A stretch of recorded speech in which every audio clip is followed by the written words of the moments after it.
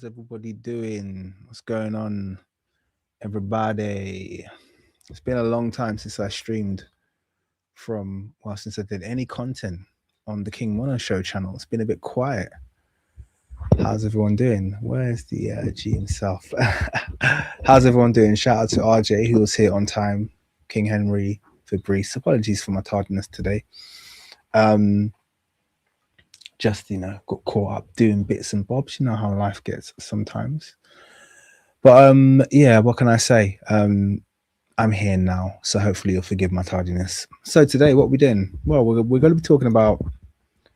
Well, we're going to be going over some of Godfrey's content, in particular his interview with one David Oyelowo, who is a fellow. Well, I say a fellow Yoruba. Apparently, he's half Yoruba, half Igbo. I've learned from this interview. But his father's obviously the Yoruba half, and his mother is obviously the Igbo side, which is actually quite a common mix in Nigeria, to have a Yoruba father and an Igbo mother. Igbo woman being very beautiful, as you can imagine. So yeah, it's actually quite a common mix. So I'm not a big fan, to be very transparent, of David Oyelowo. And actually, people who are subscribers to my channel may know this already, because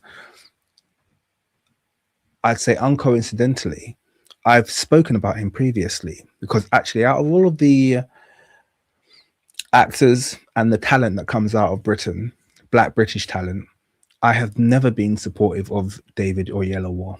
I really have a strong key of dislike for him. And I'll tell you where it dates back to. And those of you who've been subscribed to the King's Monologue for a while will know that, because I mentioned this a couple of years ago. David Oyelowo was the star of I want to say extended, it was a film, you might as well call it a film, it was a short film, was the star of a short film that was released, I believe it was, I can't remember what channel it actually came on, but I feel like it was funded by BBC. It might have been a BBC Two documentary. And this show was called Shoot the Messenger. And David Oyelowo starred in this before his entire career kicked off. So the first Hollywood movie that I saw him in was Planet of the Apes, the first one. So I think it was called Rise of the Planet of the Apes. I think that's the first. No, that's the second one. So I think it was just Planet of the Apes. That's what it was called. You know, the one where. So he was the villain. He was the black guy who owned the laboratory that was breeding the apes. And he was very much one of these very typical, no saving graces, unsalvageable character. The kind of when they make a villain and he has no redeeming qualities, they will normally cast a black person in that role. And that way, when that villain is eventually killed in the most unceremonious way, normally a very vile and barbaric way. I've spoken about the fact that Marvel like to do this with their black characters as well. So you had a similar kind of character that was played in the Guardians of the Galaxy, the third part of the Guardians of the Galaxy trilogy. They had a black villain for that. And they made his character totally irredeemable, entirely irrational in terms of his villainous ways.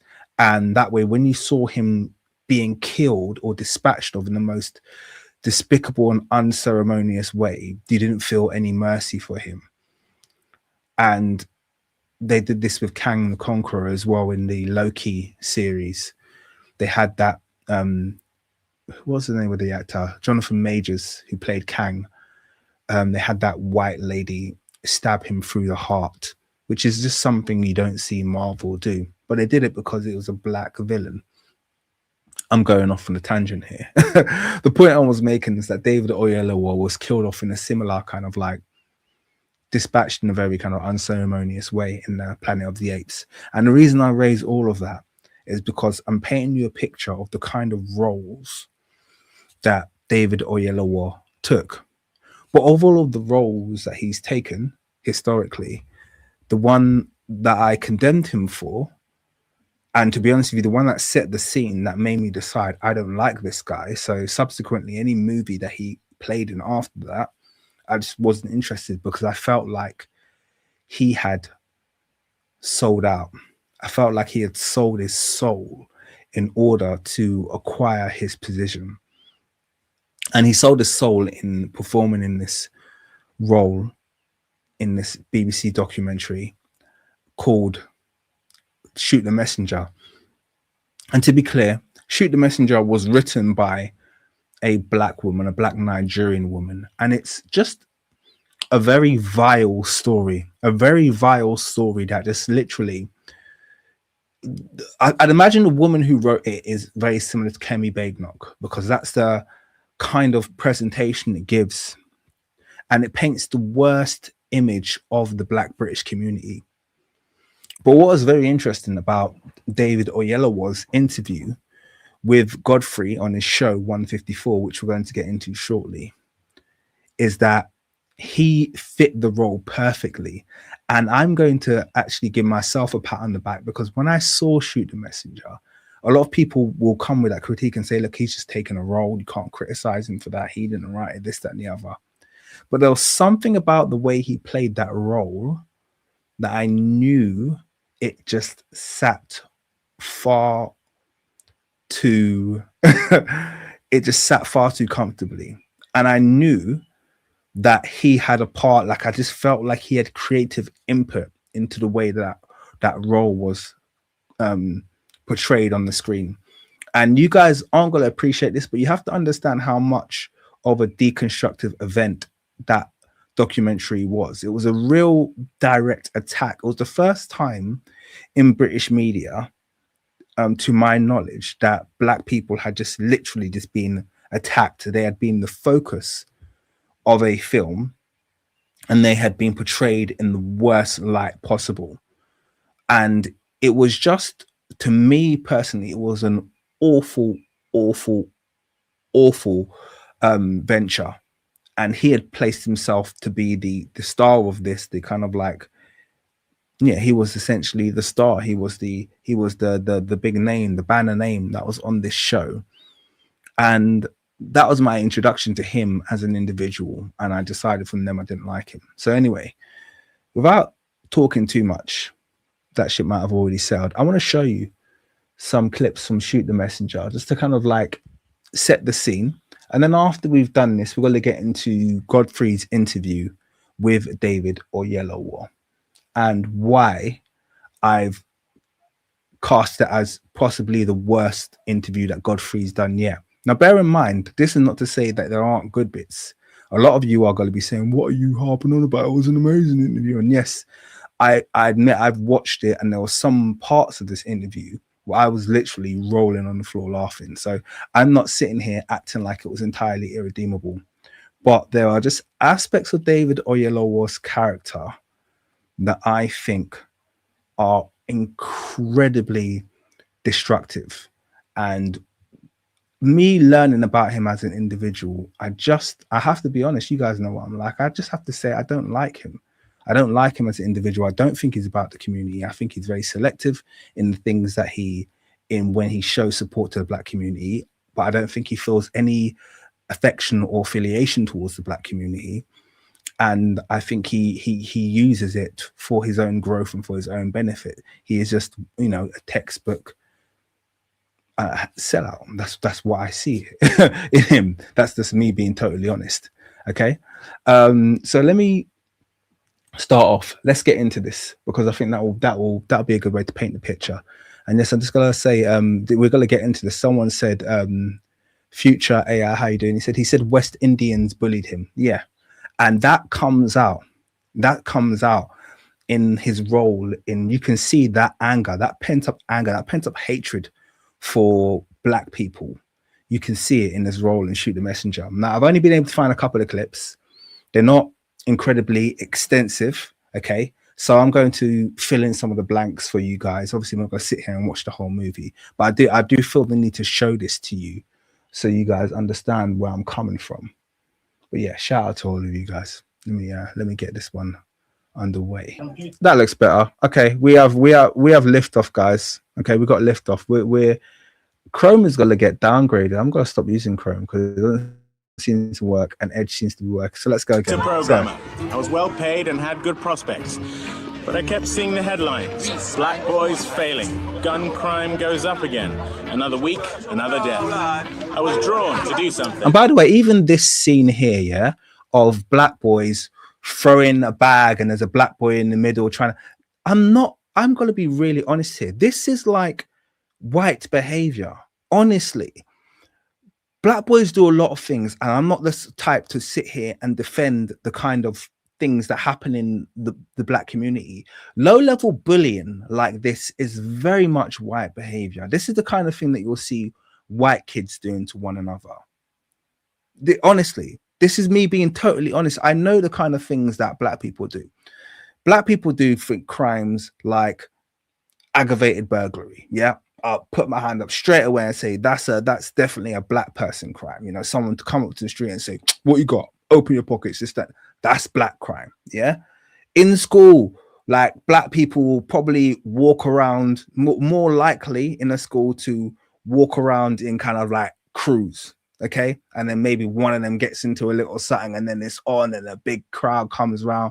But low-level bullying, like throwing a, you know, just making someone's life miserable for the sake of it, that really is like bread and butter white behavior. But they want to project it onto black people, and this is one of the things that you'll get used to experiencing if you was to live in the UK. They project everything negative about their community onto black people. They don't care if it fits or if it doesn't. They'll just project it straight onto us. They do it all the time. They do it all the time. I'm being totally honest with you. And I'm saying that, by the way, as a qualified teacher who has taught black and white kids. I'm not here trying to make one group sound better than the other. I'm just talking about certain behavioral traits that you'll see in certain groups as opposed to others. And this is just a projection of behaviors that don't match the people. That's just being totally honest. You, detention. Allow it, sir. You know how allow it. I was desperate to do something. I just didn't know what. Then I went to a meeting that I'd seen advertised in the papers. It was like a call to arms. Brothers and sisters, my experience of being a counselor is that black boys are being systematically destroyed by the system. No, I think what you... And just to be clear, by the way, even that sentence of being destroyed by the system, they are. But he would have articulated that much better than what they've said here. They just tried to make it sound irrational. It just sounds like we're just blaming something mythical. But it's like, no, actually, the education system in the UK is literally designed for the deconstruction of black students. And this is supported by the statistics, supported by the fact that black kids enter the education system at a much higher level than when they leave. It means that they're not developed by neither the curriculum, nor most of the time it's the teachers who don't try to develop them. And when I say don't try to develop, I mean actively I want to say not damage. I want to say actively deconstruct their progression. And this is something that I've had to fight against as a parent and as a teacher. I've seen it happen. I've seen teachers try to take a smart kid. And then because they normally Asian teachers, by the way, Asian teachers are the worst for this. When they got a smart black kid, it causes something to malfunction in them. And they have to prove to themselves that Asians are better. And so they'll try and destroy them. They literally will. I've had it time and time again with my kids throughout their schooling experience of Asian teachers. I'll always have these kinds of problems. But even aside from that, just a very education system, you know, they'll start teaching them about, you know, civil rights. And bear in mind, this is the UK, not America. Civil rights and segregation. They started teaching my kids that from the age of 5. They understand how sick these people are. And they're doing that to actively make black people feel inferior. They teach them, Black History Month is teaching them that basically black people have been nothing but slaves throughout history. So they're very, very, very aware of the things that they're doing. Just said is totally irresponsible. We are all concerned about the performance of black boys. But too often, you're And that's just a politician speak. Well, they're not concerned. more concerned about their performance on the football field. Why would he be shouting like that? Do you see the caricature of black protests they're putting here? Black people make legitimate protests. Black people raise legitimate arguments, legitimate rebuttals, legitimate concerns about the way education is being delivered, about the way our communities are being targeted, and they just present it as this caricature of some man shouting down the microphone. Once again, something that we just don't do. All of these projected behaviors upon us. Doesn't the panel see in the reporting of these statistics in the tabloid press yet another attempt to make the black community look bad? It went on like this most of the night. Everyone blaming everyone else. No real solutions offered. The problems were beginning to look insurmountable when it happened. Okay, Mary, as a teacher. And just to jump on that statement of everyone blaming everyone else, the problem, well, first of all, the problem with that statement initially, and I'm not supposed to be critiquing this, but I have to say this. The problem with that statement is that nothing is being presented here that is a threat to white hegemony. Okay, nothing here that is being presented is a problem or hurdle or obstacle to white children. So you're talking about, you know, everyone's blaming everyone else, but it's kind of like, well, white people have got no one to blame because they've got no issue to overcome here. The only people with an issue to overcome are the black minority population who have very legitimate gripes with the way that things are being delivered. So the solution, as it is in America, it's the same in the UK, lies in the hands of the state, who have all of the power, all of the leadership, all of the funding, all of the policies that are actually enacting oppression upon our portion of the population. So we're not the holders of the solution. So you're once again creating victim blaming. This is, you know what I mean? You're looking at the people who literally are in many ways powerless and then turning around to them and saying, oh, you're not providing any solutions. It's like, well, the solutions are with the person who actually has the command over the policies, who has the funding, who has control over the state, who has control over the police. That's who the power lies with. Do you not understand that? Yeah. What do you think is needed? We need more black teachers. Tell it. Yeah. But what I think we really need, what I think could really turn this thing around, are more black male teachers. These boys need role models. They need to be able to see and hear that there is an alternative to the gangs, to the streets, to the hoods.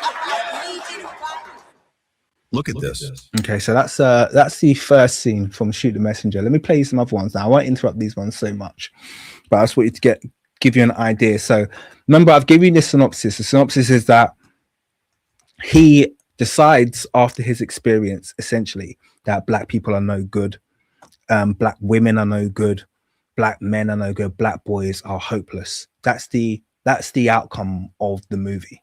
Okay, that's the outcome of the movie. All right.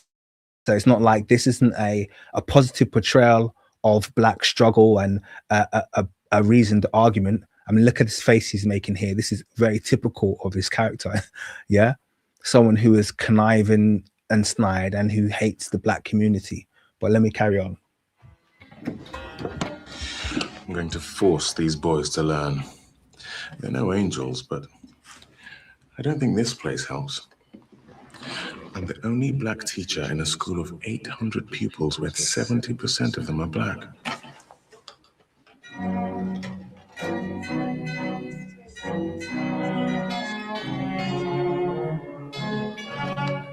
I had the same thing, by the way, but except my school wasn't a black majority. It was a black minority, but I was the only black teacher.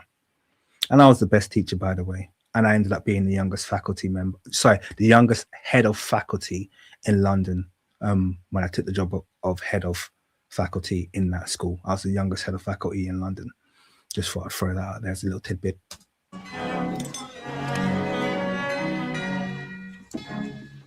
Joe, the head wants to see you.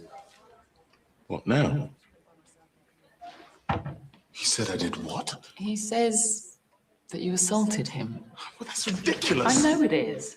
So what he's talking about here is a black child accuses him of assault Once again, false accusation of a crime, normally assault, is a white behavior. Okay, this is a white behavior, normally white female, but let's just say in general, a behavior that a white child might do, accuse you. Now, black kids accusing you of assault when nothing occurred just because they dislike you.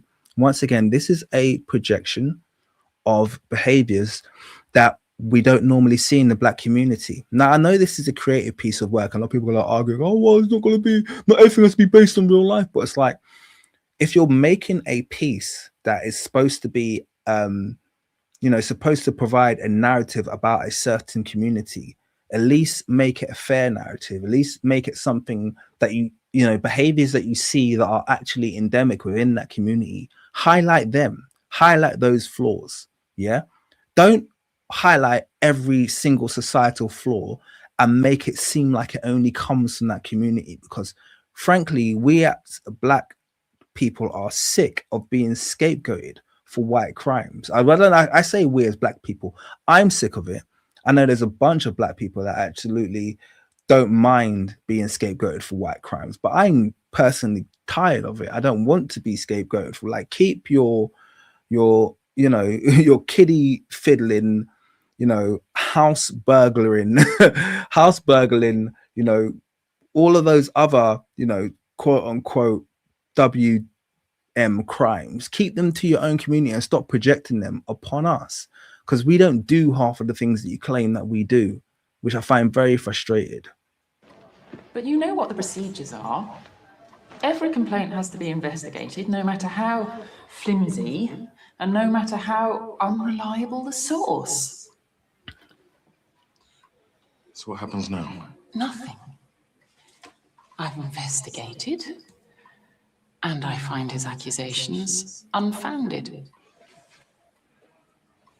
Thank you.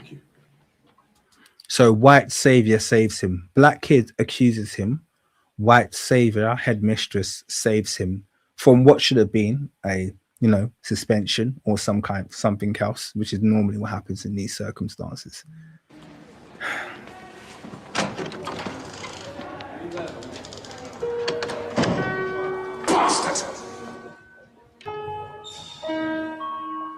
And that's where the hatred begins. And bear in mind, he's used the word, he's talking about a black boy there, bastard.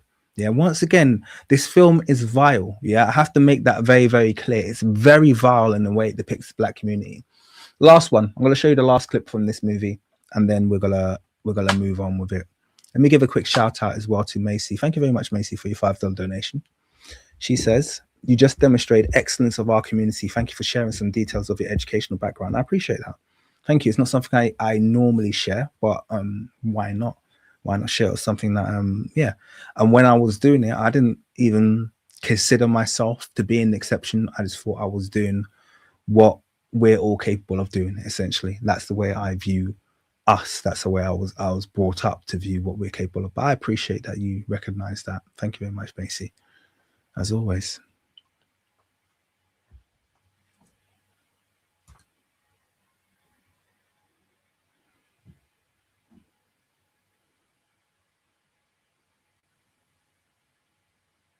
Just get this last scene. By the way, I've noticed that this is streaming much better, isn't it? This browser, Google Chrome is arse.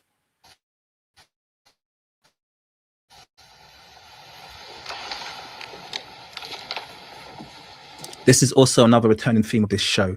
So black women wearing weaves or wigs on their head is a returning theme. And actually the climax of this film is he attacks his girlfriend who has hair extensions, not weave, hair extensions. She just has extended. And he shouts at her and he says, why have you got to put that fake Indian's hair in your head? Why have you got to block? And he lambasts her in the middle of a party, talking about the fact that you're not proud of yourself, this, that, and the other. And he's shouting and he's screaming at her. And this returning theme said, imagine, look at this scene. Yeah, this is the kind of disrespect. He's with, I'm presuming this is his mum, who's in this hair shop and she's trying on wigs. And bear in mind, all of this is just done to denigrate the black community, to show our women are not proud of themselves, our boys are little troublemakers, our men are thugs. And if you've got any common sense or any decency as a black person, you will hate the black community. That's what this movie says. Let's watch the rest of this scene. How about this one? That's nice. She's not even wearing it straight. So can you see, like, they're deliberately just being insulting? Do you know what I mean? Like, she's not even wearing it straight on her head, but it's this scene is done to ridicule black people, you know? More glamorous. There's a big church due on Sunday. People are coming from all over, apparently. How about this one? Oh, happy day. Oh, happy day. Oh, I baptize you in the name of the Father, and the Son, and the Holy Ghost. Surprise!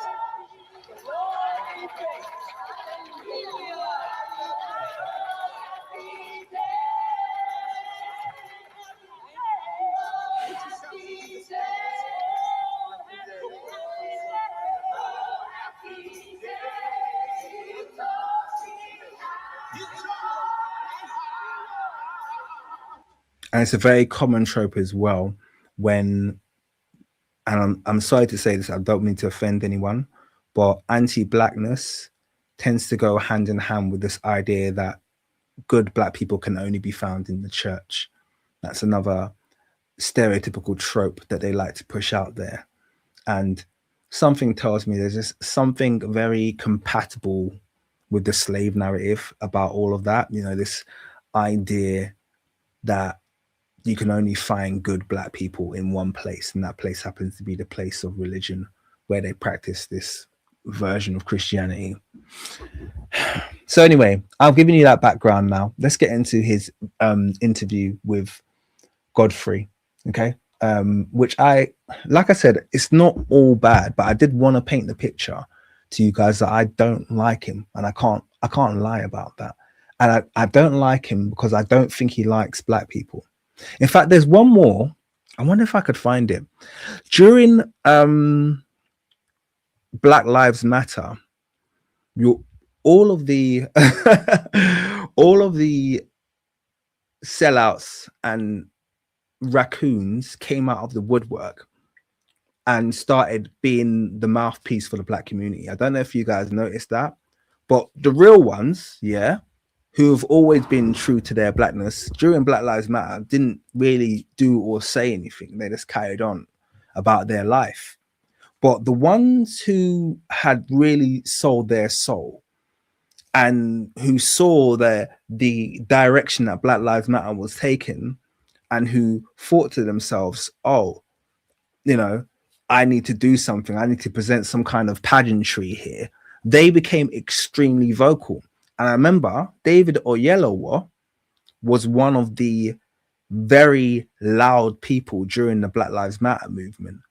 You know, he had all the crocodile tears and everything, talking about his experience. Oh, so all of a sudden he remembered how badly he was treated and how racism had affected him, something that he'd never spoken about previously and hasn't spoken about since. Since then, it's always been black people's fault. But before then, during Black Lives Matter, it's suddenly safe to blame white people. I wonder if I can find anything, actually. Let me just see if I can find any footage on that before we actually watch this interview with Godfrey, because that would be interesting for you guys to see that. Black Lives Matter.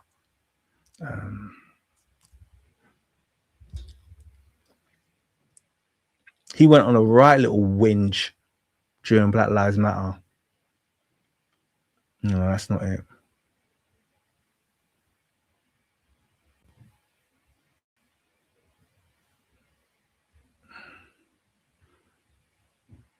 I remember he was all crying in front of the camera. This might be it. I think this is it. I'm just going to play this one really quickly, because I feel like this was this. You know, this people might often be ask me, is it different in the UK as it pertains to race? It's different, but it's the same. You know, racism is racism. You know, treating people differently on the basis of the color of their skin is the definition of racism. In the UK, it's more subtle. It's couched in class, in politeness and through the excuse that a lot of the bad behavior historically happened on the African continent or in the Americas. You know, but the reality is that it is just as insidious, just as evil, just as impactful to people who look like us there as it is in America. You know, people often... So I'm not. That's not entirely what I wanted to watch, but you got an idea there. So he'll complain about racism every now and then. Obviously, my response to him would be, what do you think had more of a negative impact on the black community? The racism that you're talking about, or your show, Shoot the Messenger, where you had a black person lambast the entire black community and claim that he hates black people and put all of these false negative stereotypes, which since then have been amplified and grown. And the amount of kind of like, I'm not going to say spin-offs, but the amount of leverage that gave the white community to then make more false propaganda about the black community. They needed your show to do that. They needed your permission. That's why all of these raccoons, when they hand out these N-word passes, it's all the same thing. You need a black person to give them permission to do certain things, and then they go crazy with it. Yeah. And he doesn't really understand that. Shout out to Macy. Thank you very much for your $2. She said, I noticed we're always shown in church too. Yeah, absolutely. That's the image of black people that they can tolerate. They can tolerate a Christian, a successful Christian. They can't tolerate a successful, they can't tolerate just a successful black person. You know, they can't tolerate black people who break stereotypes. It's one of the things they can't tolerate. But anyway, let's go into it. So I'm gonna play this first clip now from Shoot the Message. Oh, sorry, from 154, his interview. So let's get into this.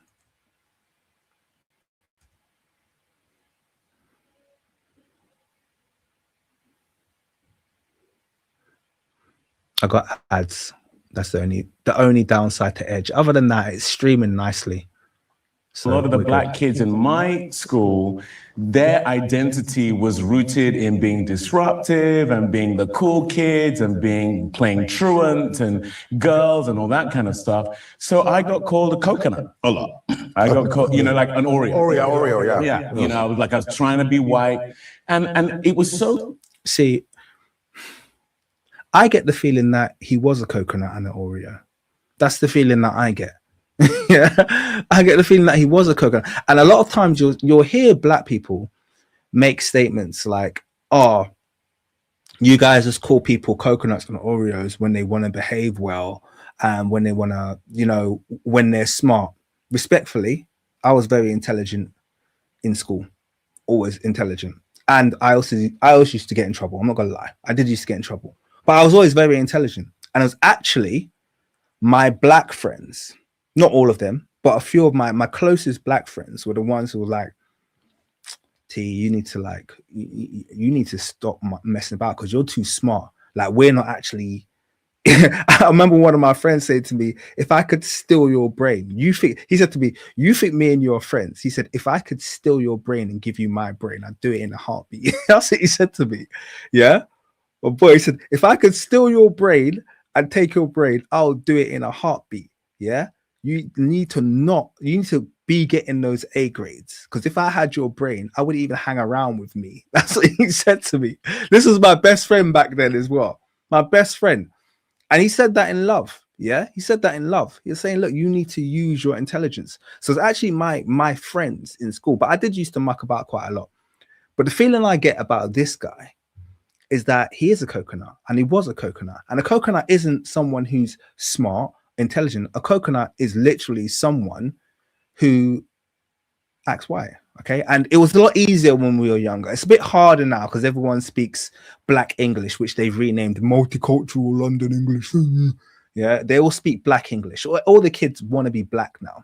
But growing up in a similar generation to him, there was a very clear dividing line between the way black people spoke and the way white people spoke. There was clear cultural differences in terms of what black people listen to and engage in and what white people listen to and engage in. And it's not kind of like, yes, they might have been saying it in a derogatory way, but it would have still been honest. I'd imagine he was sitting there listening to grunge music, dressing like the white kids, and only having white friends. He probably had a circle of only white friends. Yeah.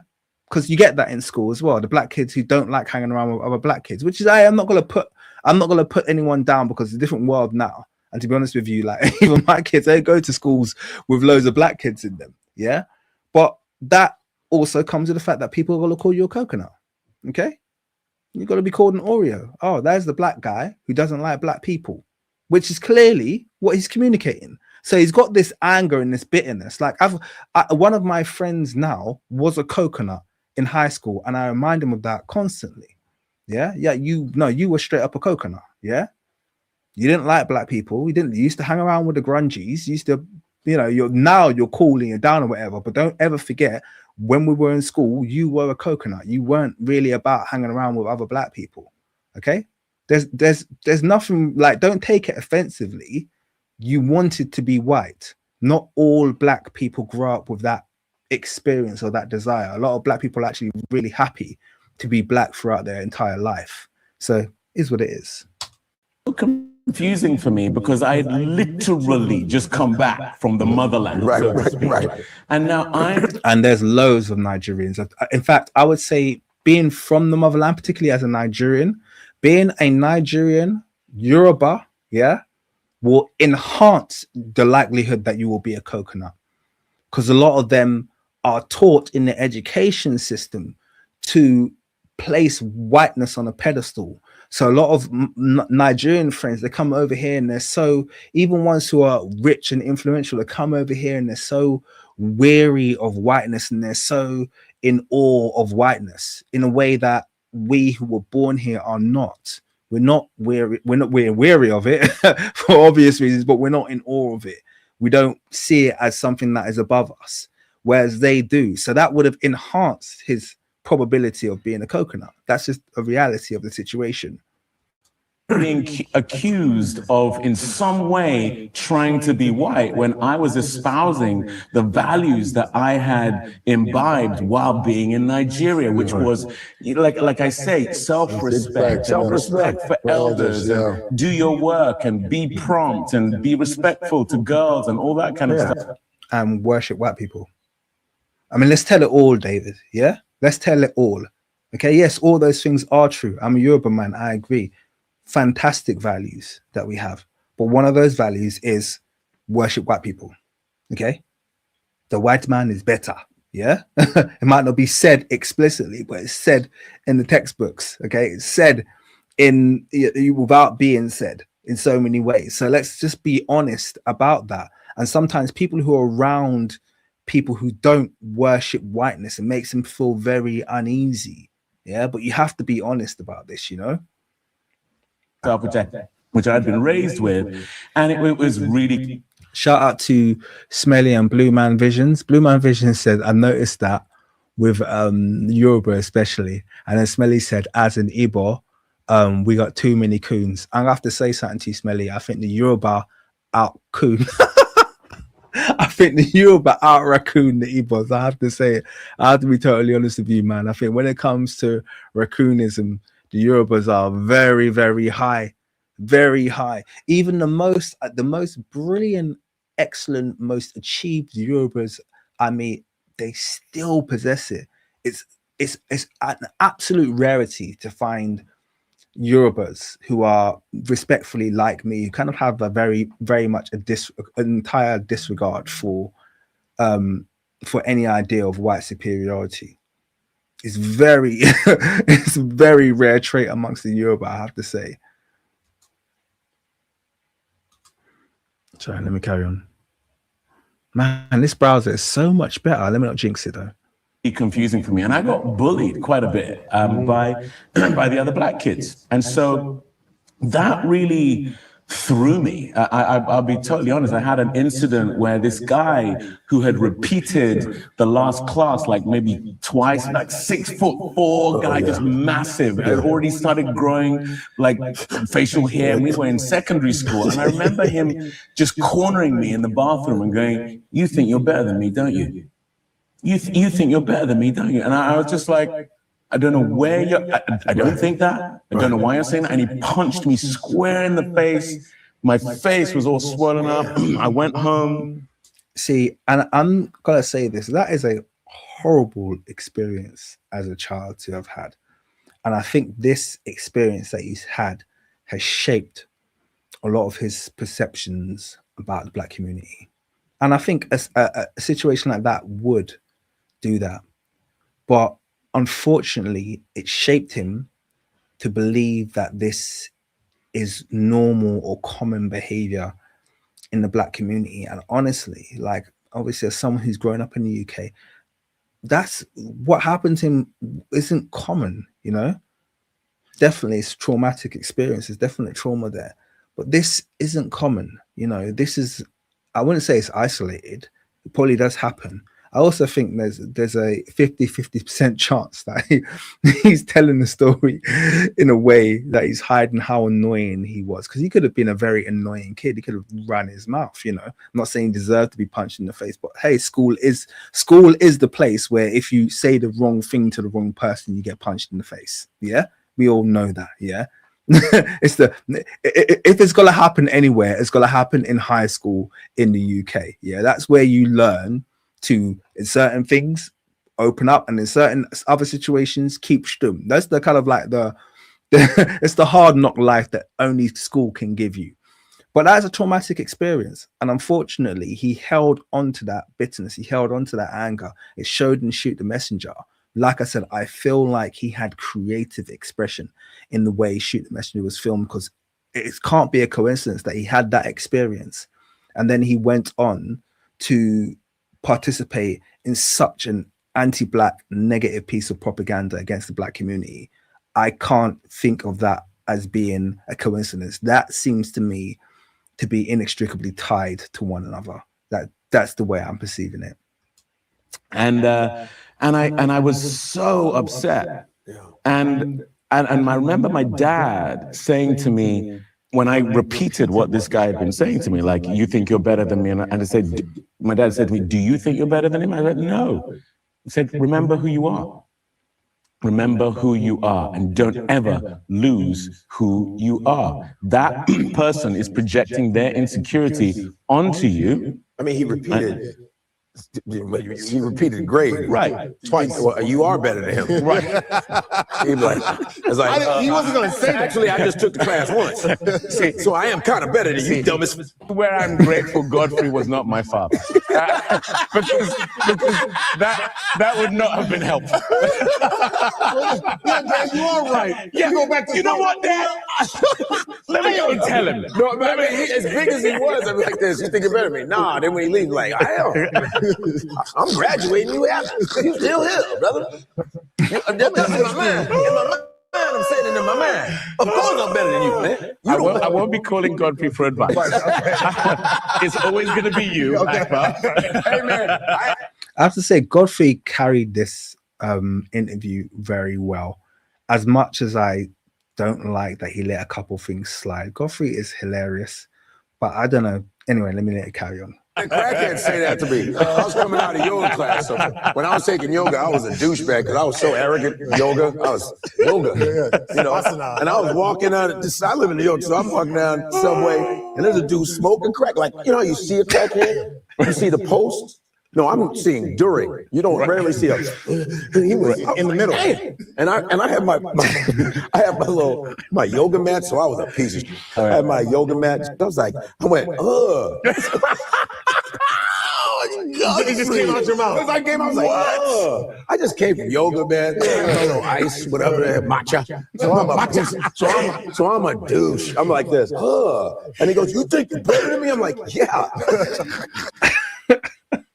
Sorry. Sorry. I'm detoxed. I'm TikTok. Like, most people are coming from yoga feeling like, you know, they want generosity for the. I don't know anyone coming from yoga. When like, yeah, man, I'm better than you. Yoga got to the West, it turned into arrogance. Yes. I mean, I just finished doing 26 positions twice. Wow. With your matcha latte. I'm like, I had the long straw. And notice the matcha is up high, not low. Yeah. If you carry your matcha up high, I had the long feeling straw. yourself. Like a hamster. I was like, yeah. Had you got to the end, you're like, and the crackhead turned around like, what's that sound? Somebody at the end of the pipe. You think you're better than me? I'm like, you're on crack and I am. oh my gosh. That was very Trump. You're on crack and I'm not. Sorry. Yeah, I'm not gonna lie. Like I said, there are a few parts of this podcast where I was blatantly cracking up, but we need to get onto the more controversial parts. Oh my goodness. Well, I will say though, to that point though, there was this, because it's interesting that you experienced that in the UK, because in a different way, I experienced that being in a Nigerian household. You experienced it as well. And the kids, especially growing up like in a predominantly black neighborhood, would tease me about, being on time and being proper, and not doing a lot of things. And it was almost like it was glorified to be truant, to be disruptive, to be disrespectful. It was like glorified. And if you didn't do those things, you weak, this one corny, you know what I mean? Like, or if you spoke proper, especially because you couldn't come home speaking. And by the way, what they're talking about here, and this is where I think Godfrey needs to do better because he's more educated than this. This happens in every working class community. Okay, this isn't a black thing. Okay, what they're talking about is class here. Yeah, if they were raised in more middle class environments, the black kids there would all be on time. No one would think it's cool to be late, and no one would think it's cool to get low grades. No one would think it's cool to skip class. It's a class thing. Okay, you go to poor white neighborhoods, you get exactly the same. Go to Glasgow, go to Useley, go to white areas in the UK, go to Hillingdon Borough. Yeah, these places, all of these tropes they're talking about are endemic. They're endemic, and I hate this kind of projection that it's a black problem. Oh yeah, because the black kids are this. No, it's the poor black kids where you're gonna find those behaviors.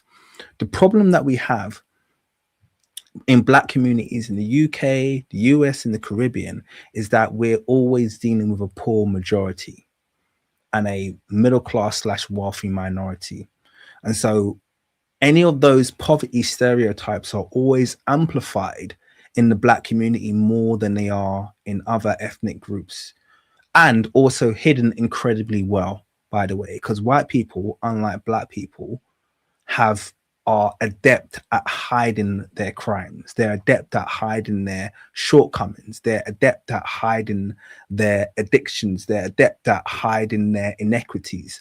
They're adept at hiding it. So you wouldn't know, or at least they don't shine a torchlight onto the things that they're doing. So for instance, you've got a bunch of people in Northern Ireland right now. And by the way, those of you who don't know, there was recently a juking, I'm going to say juking incident, yeah, with a knife, yeah. There was recently a juking incident in Northern Ireland in Belfast where allegedly, by the way, because the UK is filled with false flag attacks, by the way, but allegedly a Sudanese man allegedly attacked a native Irish man and, juked him a few times. Now, the racist white Irish are using this as an opportunity to go to people. It's like literally we've been taken back to the antebellum South. They are torching the houses of any ethnic minority can find. Blacks, Muslims, anyone who's not white, they're setting their houses on fire. They're setting their cars on fire. This is being televised right now in the UK. They're finding people's houses. Like if this has happened in London, they could just come to my house and they're just setting the house on fire. And by the way, white people in the UK, right, they're applauding this. Good, because they've been so deceived by the media. You've got Belfast, respectfully, one of the most crime-ridden cities in the UK, where a stabbing probably happens 4 times a day. Yeah.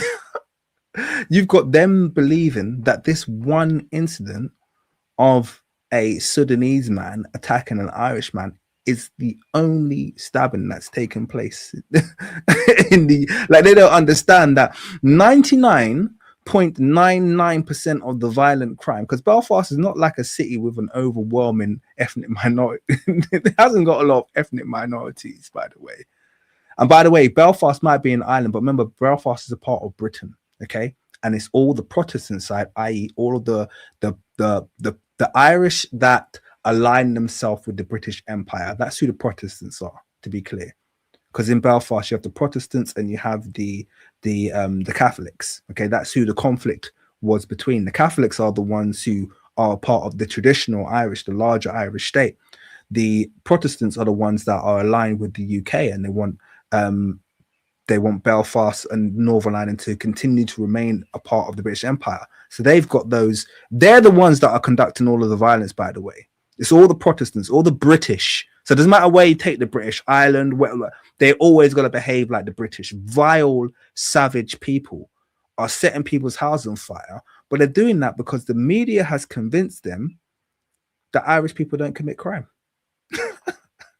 Yeah, the media has convinced them that Irish people don't commit crime. They think that that's the first, like, that is just one of hundreds of those incidents that has happened this year. And yet they are taking that as an opportunity to torch people's houses. And this is because of the amplification of crime amongst Black people and ethnic minorities, and the complete erasure of it from the vision of people on the news. When it's white on white, or when there's a white perpetrator, they will only report it in the most extreme circumstances. This is a part of the deception of the news. That's what takes place. Let me give a quick shout out to Dregger. He says the culture is equivalent to Appalachia in the US. Thank you for that. I'm not going to comment on that because I don't feel qualified to. So I appreciate your statement very much. Thank you very much for your $2, Dregger. Feel free to embellish that, by the way. Let me carry on. Nonsense, right? That was not going to happen. And I wonder, was that in the States? That's sure, right. That's the difference, right? And I had a teammate of mine, super wicked smart, and around, this is in college, he would downplay his intelligence just because he didn't want to be the guy that, I mean, I'm talking about wicked smart, but he didn't want anyone to know that because he realized that was going to come with a backlash. And it just, to me, is. And so I ask you, how much of that happened? I'm going to say that happened to one of my friends. Ironically, I actually live quite near him. We don't chat anymore because I found out he was a massive hater the other day. I didn't realize how jealous he was of me. But that's an aside. This guy I went to school with, we're in a lot of the same classes, and he was super intelligent. And for some bizarre reason, this is one of the reasons why we don't chat anymore. He just decided he wanted to go fully into the road life. So he literally just committed himself to being a dickhead, basically, being a real douchebag.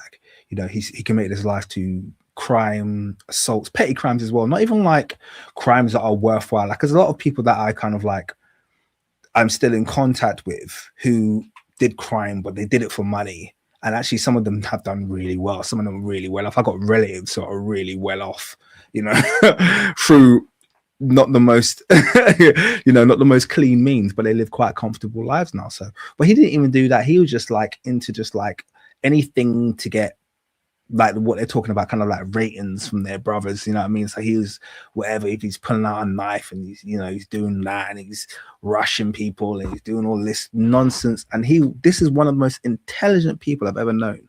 And his life amounted to nothing. Got a couple of kids, lives with his mum, real waste of an existence, you know? And sometimes people make that a bad decision. So yeah, this kind of is it can happen.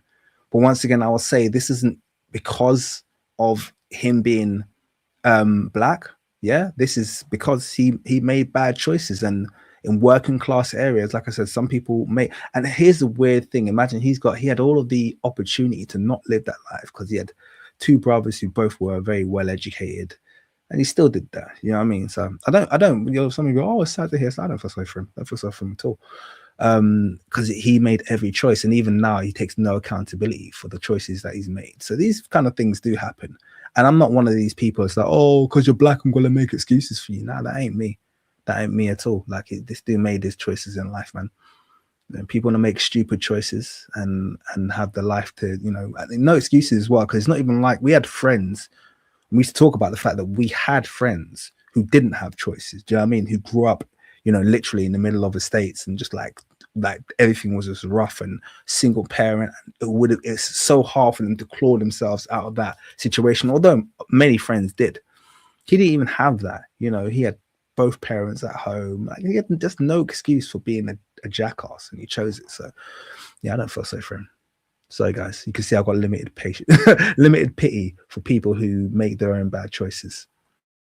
Has to do with the way the media portrays and the music portrays what we're supposed to. I think like songs like I started from the gutter, you know, like started from the bottom, now we're here. But he never did. He was a middle class kid from Toronto. Yeah, right. Drake is lying. Yeah, right. He's a half Jewish kid who's middle class. And but the lyrics though speaks to something different. Because he's a very smart kid from the gutter, and I'm like, you know, like, and it just plays in the. I'm gonna play the next one now because I'm not here to be all nice. Let's play the next one now.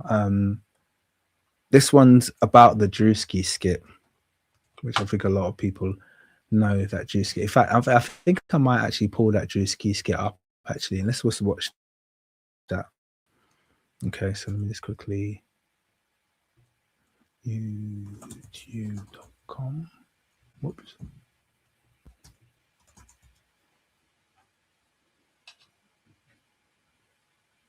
I'm just gonna put up Drewski skit. Drewski actors. Yeah, this is it. I actually think this skit that Drewski did was hilarious. Is this the full one? I think this is the full one. And here's the thing, yeah. So Drewski did this skit, and everyone was talking about it. You guys probably saw that it went pretty viral. And I was like, Key and Peele already did this. In fact, I already did a video talking about the Key and Peele skit when I did a video about the kind of like the culture wars between Britain and America. It's on this channel, by the way, if you want to go back and watch it. It's relatively informative. I don't want to repeat the points that I made in that video.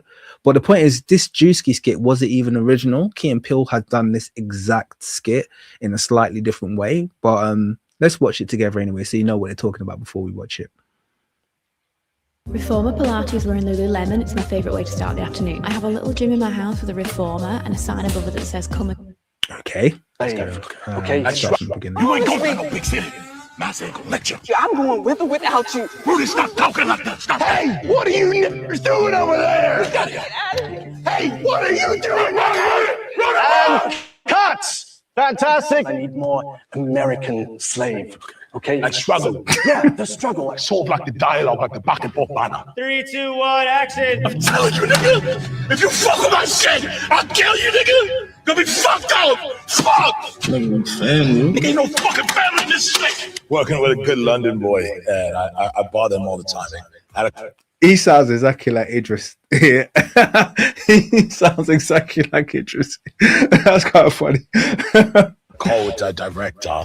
It was quite quintessential to the role. Break down with us. He's making fun of that conversation of the British actors come over here to America and take the American. Oh no, no one play. Oh, Breakfast Club. Oh, they got a claim on this video now. Oh no, I didn't know this was there. Oh, okay. So anyway, we've seen that now. Yeah, so I'm gonna get a copyright claim now. Breakfast Club are gung ho. Seriously, man, they're brutal. They see 1 second of their video or audio and they claim and they destroy, they demolish. Oh Lord. Anyway, but the point being is that obviously Drewski does this skit where it's kind of like taking the mick of the fact that you have these British actors, they're claiming these roles, and obviously they're British, you know, and they're being asked to do things that are quintessentially American. Now, actually, I would say that I was really offended for Americans, Black Americans, when David Oyelowo got cast for Martin Luther King. I got offended for him. I'm all for this black. You know, I had no problem with Daniel Kaluuya. In fact, I think Daniel Kaluuya's role in Get Out might be one of the best like debut Hollywood performances in history. to me, I watched Get Out religiously. It's like it's like a ritual to me. It's one of my favorite ever movies. And Daniel Kaluuya, just his acting in it is just brilliant. It's an excellent film, and he was perfect for it. Now, I think the playing of Martin Luther King really probably should have been, not even probably, anything that's a biopic about kind of like notable Black Americans in history, just like you had with that Hispanic lady who played Nina Simone, who always says the wrong thing. Anyway, I can't remember what her name is. You guys will put it in the chat. The one from Guardians of the Galaxy. Any of those roles that are kind of like biopics of notable Black Americans, they really should be prioritized to be played by a Black American. Because, you know, I find it weird. Like if the British was to do a film about Isaac Newton, actually, if the British was to do a film about Isaac Newton, yeah, you wouldn't see them casting a Spanish actor for that role. Do you understand what I mean? They wouldn't cast a Spanish actor or even they would cast a Brit, an American, or an Australian. And that's because America and Australia are both colonies of Britain. This is why they don't mind casting Australians to play British roles. Not Rosario Dawson, Zoe Saldana. Thank you. Yeah, it's Zoe Saldana. So I like Rosario Dawson. I think she's the opposite of Zoe Saldana. She keeps it real. I don't like Zoe Saldana. She's always saying the wrong thing. But yeah, so when like her playing Nina Simone pissed me off, and this guy playing Martin Luther King Jr. pissed me off as well, because it's like, you don't even like Black people like that. It's not even just the case that you're British. Like if it was like John Boyega, someone who loves Black people. John Boyega loves Black people. This dude, and I don't judge people for their partners, but you're with a white woman and you've done movies about hating Black people. I think that's enough. I think at that point we can kind of like write you in the, okay, not conducive to our progression column. Yeah, that's where we place you. You shouldn't be playing Martin Luther King Jr. You know, it's a bit of an insult. That's what I'm gonna say. That's my personal perspective. Let me give a quick shout out to Miss Cutie. Appreciate. Did I say that right? Yeah, I did. Appreciate your £5 donation. Thank you, sister. Love and appreciation. Let's watch anyway. Let's watch this this.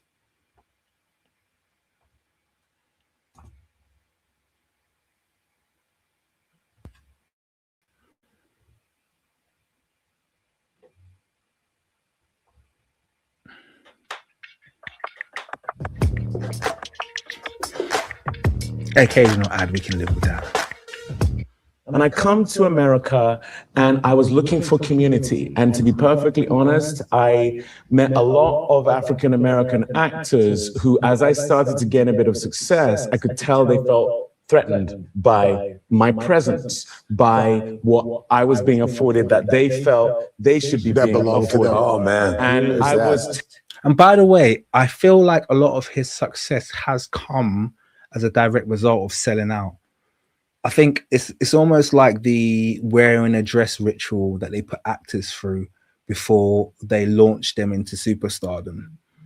He's gone through the actor's equivalent of wearing a dress through, you know, in terms of his relationship with the Black community. It's like, oh, well, do this role, as you know, no one wants to take this role and shoot the messenger of a Black person who hates Black people. Okay, you did that. That's fine. Okay, try this role. And if he's got another film where he's kind of like, it's a love. He's the love interest. He's love. It's a you know, it's a what's it called? Snow Bunny love story. Which is, look, I don't mind it happening. It does happen. I've got situation in my family. Okay, so in my extended family, I have mixed race nieces and nephews who I love dearly, but there's just something about that movie that was just like, I don't know, it was a period piece. It just wasn't tasteful. It was kind of like, it's just him. I can't explain it, but it wasn't just like a modern kind of like story to challenge. It wasn't done to challenge anything. It was still done to show black inferiority, but they did it in the kind of like under the guise of this kind of like love story. So I don't know if you guys don't know what I'm talking about. He's got a movie where it's kind of like Jungle Fever, but a kind of period piece. So he's the star of that. Someone said the swirling. I didn't want to say swirl. So he did that, and you know, then they give him another role. Okay, why don't you play an irredeemable villain? You know, who are killing them. So he's like got this long list of roles that are just distasteful. That I can imagine people who are more principled would turn down, saying, "No, I'm not doing that. No, I'm not doing that. No, I'm not doing that. No, I'm not doing that." And that's brought him to the place here where he can say with a fair degree of arrogance, "Oh, I've earned the position I'm in, and they feel so threatened by my talent."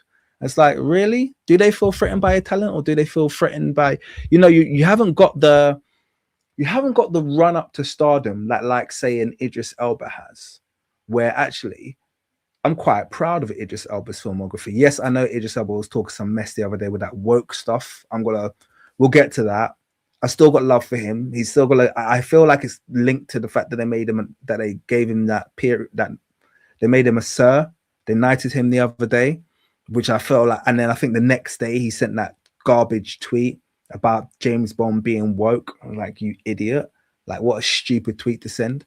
Other than that, Idris Elba to me has almost a flawless catalogue in terms of his filmography, in terms of his media interactions, in terms of his representation for the black community. I'm a massive Idris Elba fan, so I'm not going to hold that one tweet against him. If this guy sent the tweet, I'd be going on about it for weeks because he has a history of selling out. But when someone who doesn't have a history of selling out does one thing that is perceivably damaging, I will chastise it, but I won't hold it against them. I'll just cast it as a mistake as opposed to a pattern of your life, like I do in this guy's case.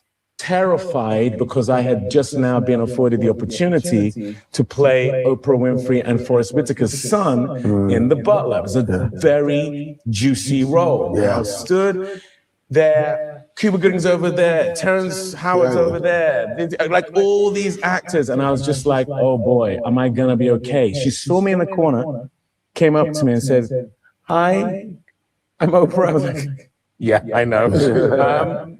And she said, "Are you okay?" I said, "Well, I'm a bit nervous about this film." And I told her what I just told you. And she went, "I experienced exactly the same thing coming up in journalism. I experienced a lot of pushback from other Black female journalists who were threatened by any kind of success they saw me attaining. And they would say to me, to my face, "You're too fat and you're too ugly to be successful in this arena." Shoot the messenger. Do you see it there, guys?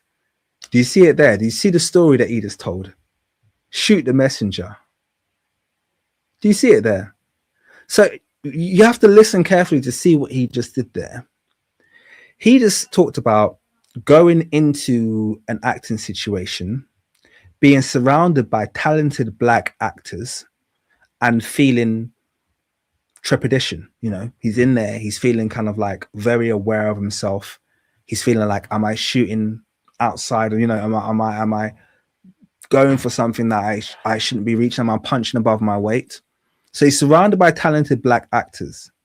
And what's his instant response? Trauma. Okay, trauma. They haven't done anything to him. He hasn't actually told us that they've said anything negative. And who comes to tell him their little story but Oprah herself? Oprah, the queen of sellouts. You get a car, you get a car, you get a car, to our all-white audience. Remember that, Oprah? Yeah. So Oprah comes to him and goes, you know, color purple Oprah, who hates Black men. Let me continue. So color purple Oprah comes up to him and she's like, don't feel inferior, don't feel worried. When I was coming up, Black women, do you know what she said? He said that, Black women. Now, I'm not even sure she said that. She could have just said women, but he remembers the Black part, and that was an important part of his story. Other Black women surrounded me, told me I was too fat and I was too ugly, and I made it anyway. But no one has said that to you, bro. You just felt intimidated because you were at an audition. None of those black actors that you mentioned, Cuba Gooding Jr., Lawrence Fishburne, and whatever, none of them came up to you and said anything negatively. In fact, I'm sure they would have shook your hand and had a conversation if you had spoken to them. So he's doing this very thing of projecting this negativity onto everything black. Oprah, that witch, has always got her hat out to denigrate black people. We know what she thinks about black people. Even the black female actresses coming up beneath her, she tries to destroy them. We know her history with Taraji P. Henson. So Oprah's a witch. She doesn't like black people. But him and Oprah, I can imagine they get on like a house on fire because he doesn't like black guys. She doesn't like black guys. They got something in common. Yeah, they'll both project any of the grievances and the traumas that they experienced with other black people. And by the way, I have my fair share of trauma with black people growing up because I surrounded myself with them. So every negative and every positive experience that I've had in life, in terms of the choices that I've made, have come through black people. The one thing I don't do is project all of my negative experiences onto the entire black community, the same way that I don't project all of my positive experiences onto the entire black community, like he seems to do. Do you think you are? Wow. She was dealing with that. And then she crossed paths with Sidney Poitier and Quincy Jones. And I think it was Sidney Poitier primarily, but Quincy Jones as well, who talked about, and Sidney Poitier primarily talked about what he had coming from the Bahamas. Yeah. And you know, again, actors being threatened by any kind of success he was being afforded, and how you just got to plow through that. So did you see what he did there, which once again was very deceptive? Sidney Poitier came up in a time when there weren't really any other black actors. Yeah, he was like one of the only black people that you saw. So his negative experiences, I'm sure, would have been with white people. And a part of the reason why he maybe was selected was because he wasn't American, was because he was, you know, from the Bahamas. And white people have always been a lot more savory, a lot more palatable, and a lot more generous with black immigrants than they ever will be with the indigenous, you know, foundational black community in America. They're always going to treat them with in a far more denigrating way than they're gonna treat migrants who come. Don't get me wrong, they all gotta get the racism treatment, but we all know who gets it worst. They have this special hatred for the, you know, for that foundational black community in America. So Sidney Poitier shared this story, but he hasn't made it a thing where he was getting hate from other black people. But the way he's spinning the story sounds like that's what he was saying. And that's not what he was saying. So this guy is just projecting his hatred for black people. And this is the thing that I've always seen in him.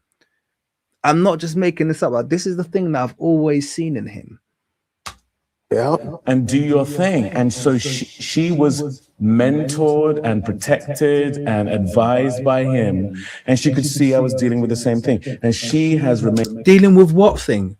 He hasn't said a single thing about any negative thing other than the fact that he maybe sensed that people didn't like him there. He hasn't talked about any kind of overt obstacles or blockages that are being placed in his way, in his path, like I'd imagine Sidney Poitier faced, or anyone saying negative, you know, slurs about his weight or his attractiveness, like Oprah was saying. But he's saying, I'm going through the same thing. Explain, please, pray tell, how are you going through the same thing? This thing that's going up in your head, are you worried that one of them's going to take you to the bathroom and punch you in the face? Like, what is he talking about? Remained true to that from that day on. That is my go-to for advice. That is my go-to for... Yeah, that's amazing. Yeah. Just something this just clicked in me. Yeah. You've done the same thing. I've tried to. You more than tried to, because after we first met, you invited me to your home, right? And you brought together a collection of just all of us hanging out, all the different actors. You know, it was just a community of black actors and entertainers from different fields and walks of life. And we're just breaking bread. We had prayers in the house, and they had a moment just to kind of talk. Isn't that interesting? He mentioned that they had prayers. So are you seeing more and more how that Shoot the Messenger film was probably an autobiography? Because I'm seeing that more and more. He's talking about the same traumatic experience when he was in school. He's talking about the fact that these black West Indian kids bullied him. He's talking about the fact that I feel home. I found my kind of black people in church, and all of these behaviors are actual ones that are reflected in your real life. So he's just projecting his actual life story. That's what he's doing. He's projecting his actual life story here. Talk about whatever we wanted to talk about. It was such a powerful movie because there's no ego. There was no, I mean, we're talking about notable names within the industry. And I'm having this full circle moment at that moment when Oprah approached you. You've now passed that same gift on to others, like bringing people together. So there isn't that, because now from that very moment that you invited us all, I now see some of the same brothers, and when I see them, oh yeah, what's up, what's up? And it was from your house that started, where it's connected, where we can, have access and community, because sometimes we're so separate. We see each other from afar, but we don't know how to come within, and how, unless we cross paths, or sometimes we're all competing in our different ways. And what you did that night, that day, was so powerful. And I now kind of feel like I understand where some of that comes from. Well, we started this conversation talking about Yoruba and Igbo and that fissure, that. So I felt the need to play that because that's a positive piece of feedback, and it sounds like something positive that he's contributing back to the community. And I didn't want to cut that out. I wanted to play it in there. I'm obviously, pinch of salt. Still, no one's going to be all bad or all good. So let's get the balanced story about who this character is. But I'm going to just apply a pinch of salt because, yeah. Anyway, let's carry on. Conflict. I'm a product of a Yoruba man and an Igbo woman coming together, and they didn't bring me up with all of that trauma and dysfunction and hatred. They brought me up in love. And this narrative. And once again, what trauma, what dysfunction, what hatred. So he's giving you these kind of very loaded words, and it almost is painting a picture that he's been through this horrible experience since being an actor. But you have to lay out what exactly you mean. Because it just sounds, I don't know, man, it just sounds like a bunch of false accusations. I'm returning the abuse for love. Like, what abuse did you experience, dude? Like, who was really against your career?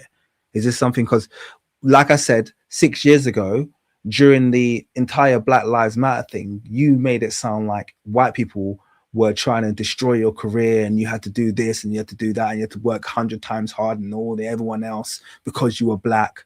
But now, in retrospect, 6 years later, it sounds like all your smokes for black colleagues who see you as a threat. I don't know. It's not consistent, Around the silos that we inhabit as black people, these black British actors coming to take our roles, these, how African Americans feel like that. In the UK, a lot of the kids who bullied me were West Indian kids. So there was a West Indian, West African thing. And everything, in my opinion, that has kept black people back from the ascent that we are worthy of has been this: Hutus, Tutsis, Igbos, Yorubas, Rwanda, Black Brits, African Americans. Oh, Godfrey, for God's sake, how could you let him get away with such a stupid summary of black oppression as that? So he's just basically summarized the entirety of, he just said everything that's kept us back, has been our own doing. Tribalism. The reason black people don't succeed is because they're tribal. They always find a way. That's literally what he's just said there. That's not even true. Respectfully, he's even talking about, my experience in the UK as a black African, a black British of African descent, was nothing like yours. I have had no problem gelling with the larger black community.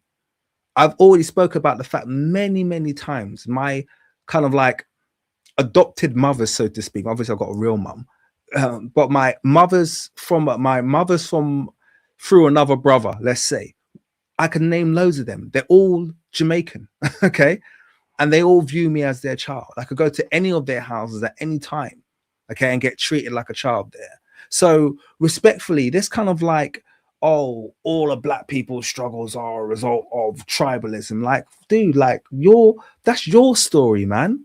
That's your story. Don't bring Hutus, Tutsis. Like, dude, are you freaking kidding me?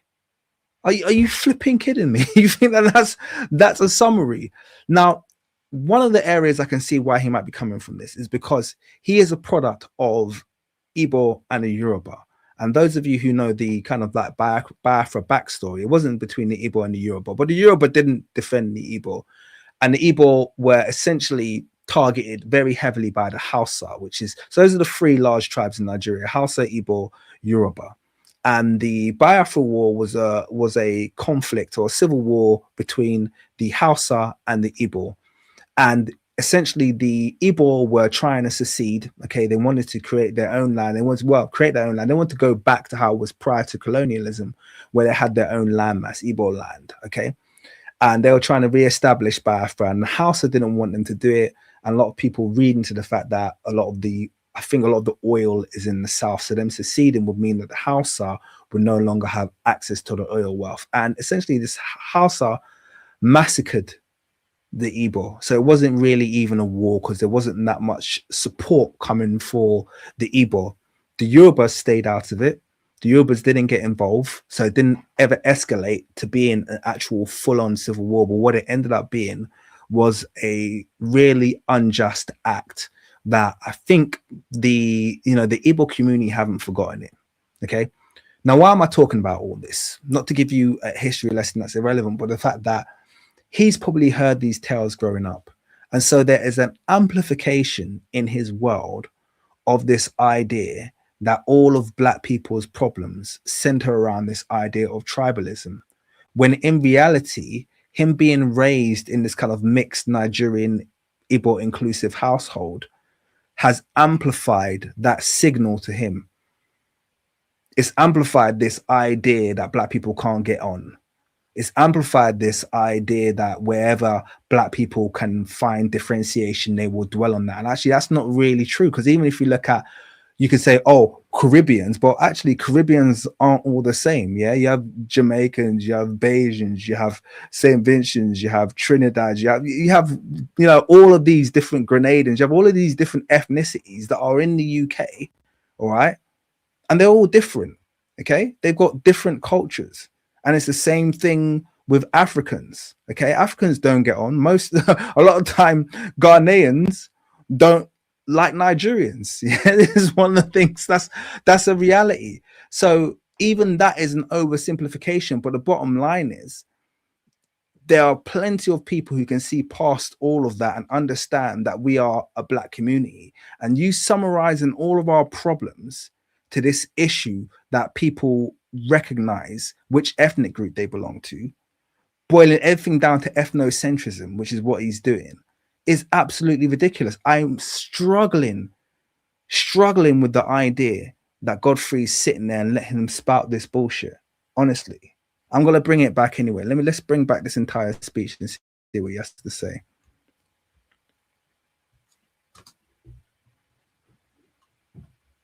Yeah, a lot of the kids who bullied me were West Indian kids. So there was a West Indian, West African thing. And everything, in my opinion, that has kept black people back from the ascent that we are worthy of has been this: Hutus, Tutsis, Igbos, Yorubas, Rwanda, yeah, Black Brits, African Americans, Black Brits, African Americans. When has that been a big deal? Everything that has kept black people back has been this and that. You're just naming groups. You're not actually citing the actual conflicts. And the fact that, like I said, Godfrey's sitting there and nodding along to this, that's very disappointing. He's chatting absolute poop. Ultimately, for me, We all want the same thing. Period. We all want to be front and center of our own lives, afforded the opportunity to scale and not fail. Ooh. You hear that there? And he's giving you there his blueprint. Okay. And I'm not saying that everybody has to be about this kind of like revolutionary lifestyle. We don't all have to be Dr. Umars. We don't all have to be TKMs. Okay. But he's made it very, very clear. That speech was, we all want the same thing. We all want our lives to prosper. Okay. Individually. Okay. Actually, that's not everyone's driving thing. Yeah. See, I think long term, I don't think just about my individual prospering. I think about not only the prospering of my children, but I also think about the kind of world I want my kids to grow up in. And so when I'm making my decisions, I'm always thinking about the kind of world my kids and their children are going to grow up in. And am I potentially sowing towards a better world for them or a worse world? I think about the future. I think about my progeny. I think about as a community. And this is one of the reasons why I'm able to, well, I'm not even only able, I frequently make a decision to project myself into other Black communities and empathize with the issues that they're going through, because I understand that however Black people are being treated in whatever part of the world they're being treated ultimately is going to reflect on myself and on my kids. Okay. I can't, when you have a microcosmic view of anything, yeah, particularly as Black people in this world, as we are seeing under this current Trump administration, that it's not going to take long for that to nip you in the butt. How long did it take for Trump being elected, passing all of these racist laws? Has it taken for them to be burning cars and burning the homes of Black people in Belfast? That took a year, bros.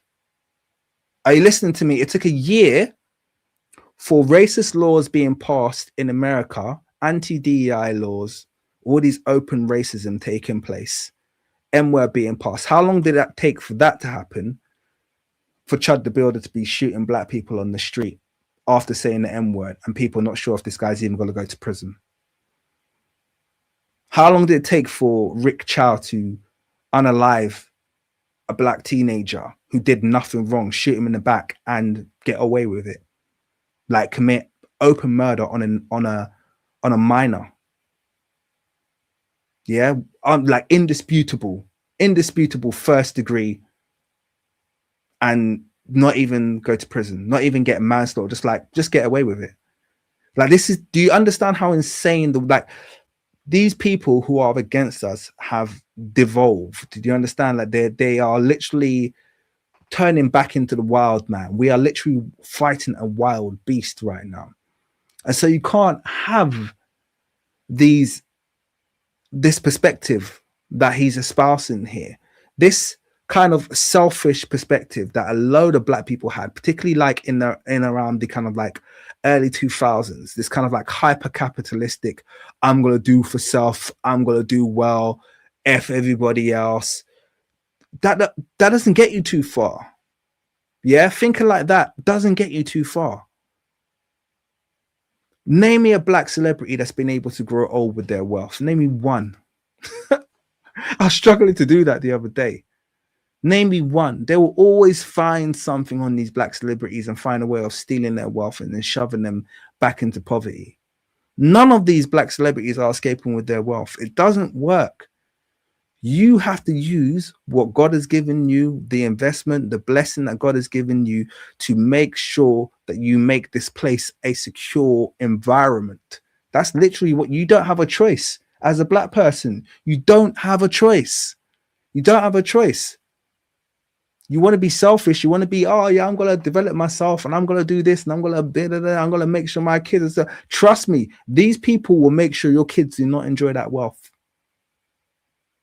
Do you want your kids growing up in a world like Belfast, where you've done that, you've built your big mansion, and some of these thugs just come along, these poor white thugs come along with pitchforks and torches like they already did 100 years ago, and they did to your great-great-grandparents, steal their land, chase them off it?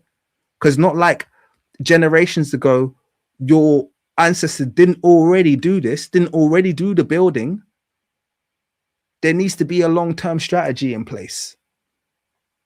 And it's not about self, because nothing is guaranteed in a world where you share with savages.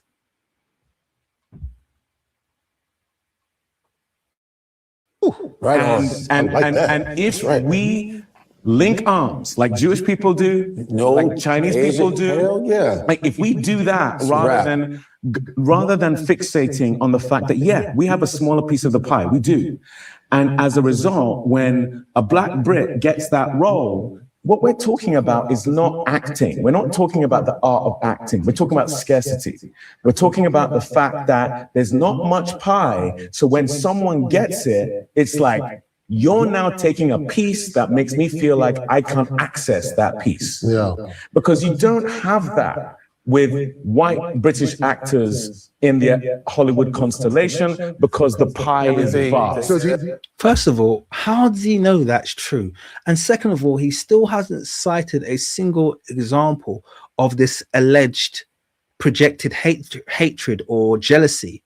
He keeps talking about it like it's something that's so tangible and so real, but he hasn't said what it is. So this is just anecdotes, it's just anecdotal advice. It's just, it's just platitudes. He isn't actually grounding anything that he's saying in an actual example. I don't think he's got loads of hate towards him. Is he, like the people said that he's angry about the Drewski skit? Okay, Drewski skit was comedy. Like I said, Key and Peele did that same joke over 10 years ago, and it hit back then as well. It's just a funny joke. It's a funny idea that you're getting people to play stereotypical Black Americans who have British accents, and it's just as funny when you flip it the white way as well. It's just as funny when you got these actors who you think like all this. Who did I think was who was there? There's like Thor, the actor Chris Helmsworth, who's Australian. There's what's his name? Russell Crowe, who's also got this like mad like Aussie accent or whatever. You had Colin Farrell, who has an Irish accent. All of these people have played like iconic, like people with American accents, where you thought, and then you hear them talk, it's like, what the heck? They sound completely different. That's all Drewski's skit was doing, but he was doing it for Black people. That's why we could sit down and laugh at it. It wasn't something to get butthurt about. No one has said anything remotely hateful that this guy is able to cite, but he's sitting there moaning and talking about, oh, people are complaining that I'm getting the roles. Like I said, I didn't like the fact that he got the Martin Luther King Jr. role. I don't blame him for it, but I don't like the fact that he got it because of who he is. That's all. It's not because I would have preferred it went to a Black American, but even if it didn't, if it went to a Black Brit, I prefer if it went to someone, like I said, who was about it, who's about that life, who actually civil rights means something to them. This is the kind of guy who I can imagine him talking about, taking the Charlie Kirk route. We're talking about civil rights has set the Black American community backwards. I can imagine him saying that with the right amount of encouragement. Do you understand what I mean? So it's like, this is why I don't think he should be playing that role. And that's why, by the way, I haven't seen the Martin Luther King movie because I'm not watching him. That's how much I despise him. Literally, that's how much I despise him. I haven't seen it. I won't watch him. When I see there's a film and he start doing the star in the role, I don't watch it. I don't like him. Do you think like when Drewski goes out there and he does that whole skit that's gone viral? It's funny, where he's a British guy. He goes out there, and does that kind of add fuel to the fire? Because I mean, it's a thing. You're starting to hear more and more of it, and it's why we started 154. Like, it's to bring all of us. It's one continent, 54 countries, but really it's bigger. It's one diaspora that's centered around who we are as people, but yet there's these micro fractures of but they're from the UK, or they're from, they're immigrants from Africa. My thing is, I have adopted the stance. By the way, I have to let my work do the talking. And by the way, very quickly, Godfrey, you still need to have me on 154. I feel like we need to have the history talk. Okay, we need to have the history talk. You need to have me on. But that being said, see, this to me personally, I'd like to see a little bit more challenge, man. Because like I keep saying, I rate Godfrey very highly as being someone who's very knowledgeable. And just sometimes, just like with his Bassem Youssef, I feel he does it again here, where because of his affection towards the guest. He doesn't want to pull them up, but I think then that reflects badly because it's your platform. These negative messages are getting out. So I'm going to let him finish this point here, and then I'm going to move on to the next video, which has really caused a lot of offense. So please stick around, because the next video that has created quite a stir, because what he said has been perceived as being very offensive. There's many things in the world that I don't like, that I don't agree with, but my answer to that, to the Drewski thing, is to start a streaming platform with an African American like Nate Parker, and for us to build something from a global perspective that is for African Americans, is for Afro South Americans, it's for Black people in the diaspora, it's for people on the continent, it's for all of us. That look like as we call it, a tent, we call it an umbrella. We call it a table that we're inviting everyone to. The best things that I've done with my career have been collaborations between me. For instance, I brought Ava onto Selma. People say, oh, why did she cast him? I fought for her to be in that movie, to direct that movie, and then Oprah fought for both of us to get that movie made. When we did Bass Reeves, because the narrative around, you know, are Black Brits better trained or whatever? When we were doing Bass Reeves, there were names that they wanted to have in that show. But and I'm not going to take all the credit for this, but I fought hard for this. Lauren E. Banks, who plays my wife, Yale. Grantham Coleman, Juilliard. Joaquina Calacango, Juilliard. You know, when we were doing that show, I wanted to create a show where you have the best of us that haven't yet populated the pipeline. People who, like Demi Singleton, Lonnie Chavis played the lead in the film I directed, The Waterman. You know, he was in This Is Us. And then I put him center of my movie, African American, Demi Singleton, African American. I mean, This Is Us was quite big. So this is where I'm like, the African American names that he's choosing weren't small. He's not bringing them out from obscurity like I think he's trying to paint here. So there's a little bit of disingenuity going on here, I feel like. There are people that he's bringing out from obscurity, but it sounds like they're Africans. I've got no problem with that. That's great. I think it's fantastic. But I also feel like he shouldn't be disingenuous about what he's actually providing to that certain community, because I don't think he's providing as much as he's claiming he is. When we were doing Selma, I saw Lakeith Stanfield in a small film called Short Term 12. I went to Ava and said, this guy.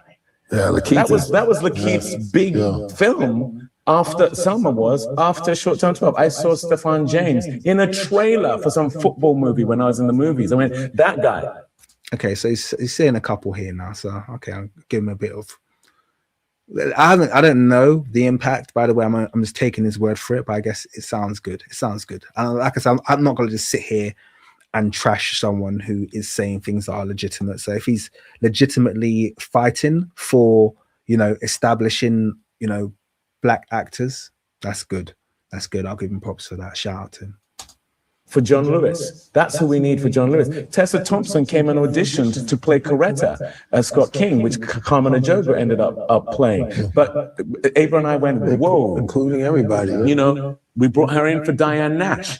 That's what happens when you collaborate rather than... But you needed Black people. This is the thing. If you're doing a film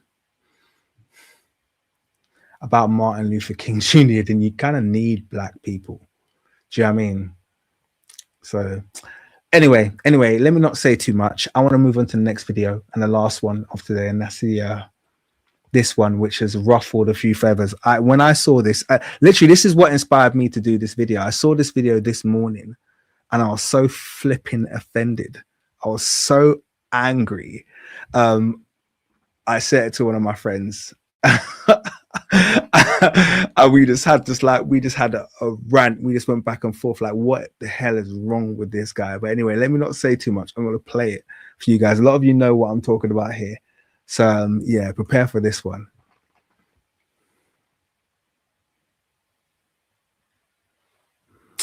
Stop with the ads, man. These guys are just taking them. Actually, no, I'm not going to complain. I was going to complain about the ads, but this browser's been doing me well. So no complaint. If you take the Nigerian accent like this and you slow it down, you put a lot of slavery in there. Facts. And then you start to put a little bit of subservience in it. This is what starts to happen to the Nigerian accent. Man. It goes. This because literally, if you're down here and you start to speed it up, and then you start to take all the thing out of it, then before you know it, you're talking like this. I told you guys. What the freak? This is possibly the most offensive and stupid thing that I have ever heard. Like, what the frick? I saw this morning and I was like, what is this guy on? I don't think you guys heard that. He said, if you take the Nigerian accent and you sprinkle a bit of slavery and a bit of subservience, you get the Southern accent. You slow it down.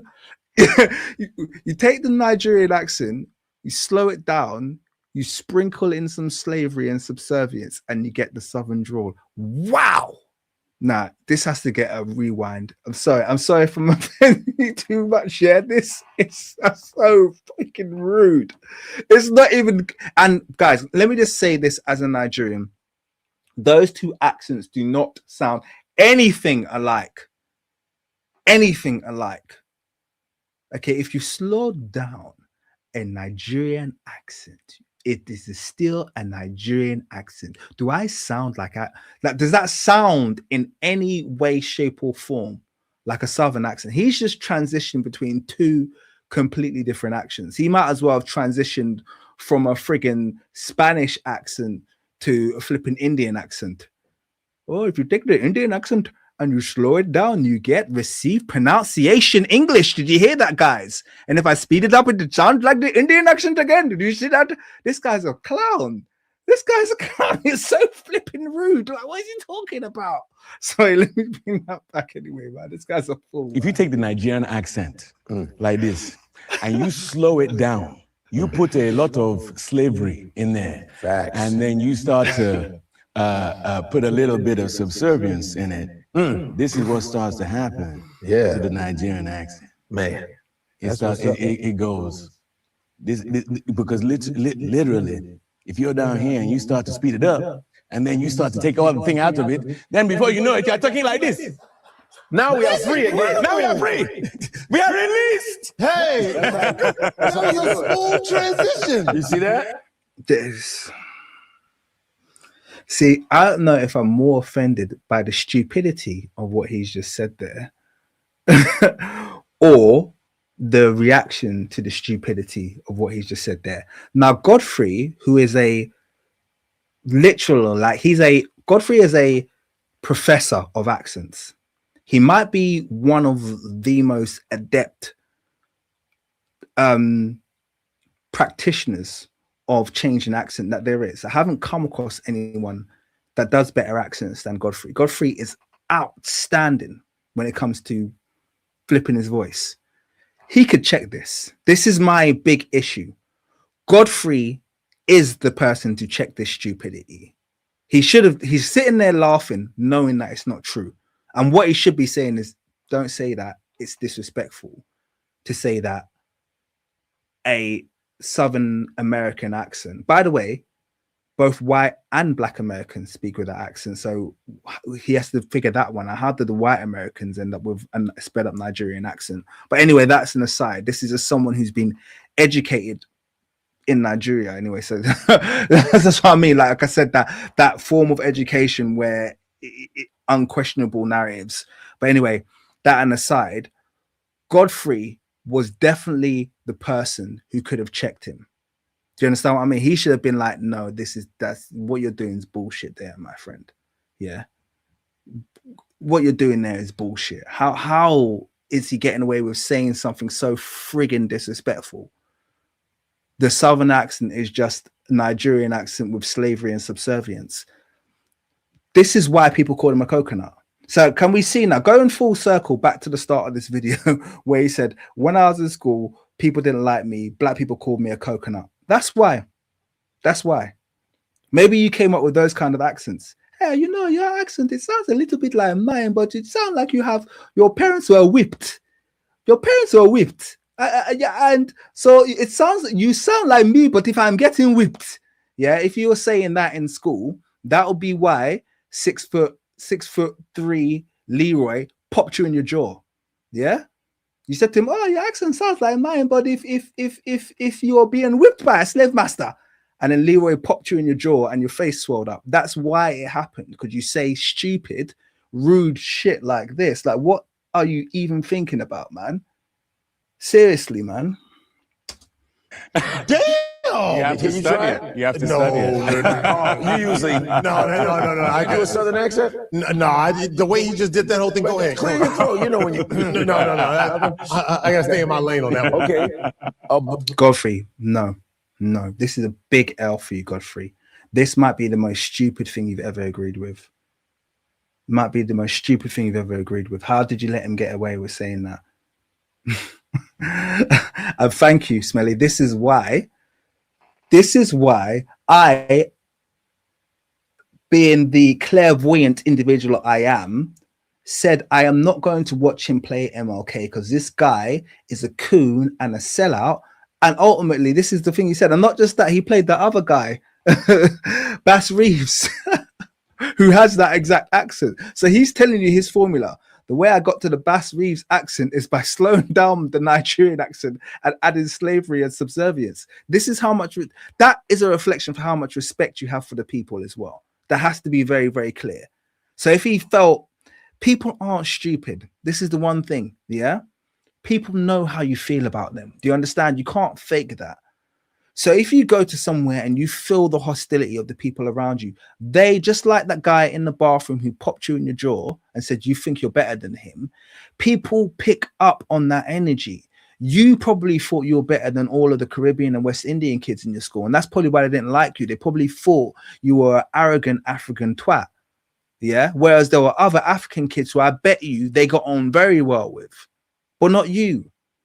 And you ended up with a blondie.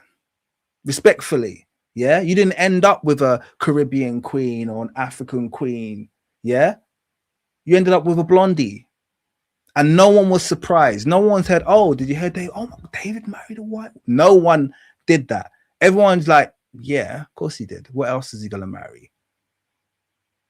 Remember, he doesn't like black women's hair. He thinks that all black women. What do you expect is gonna happen, man? A black dude from LA. Easy now. Yes. Easy now. Yes. Easy now. A black dude. Are you from Just say LA? cuz. Born and raised in LA.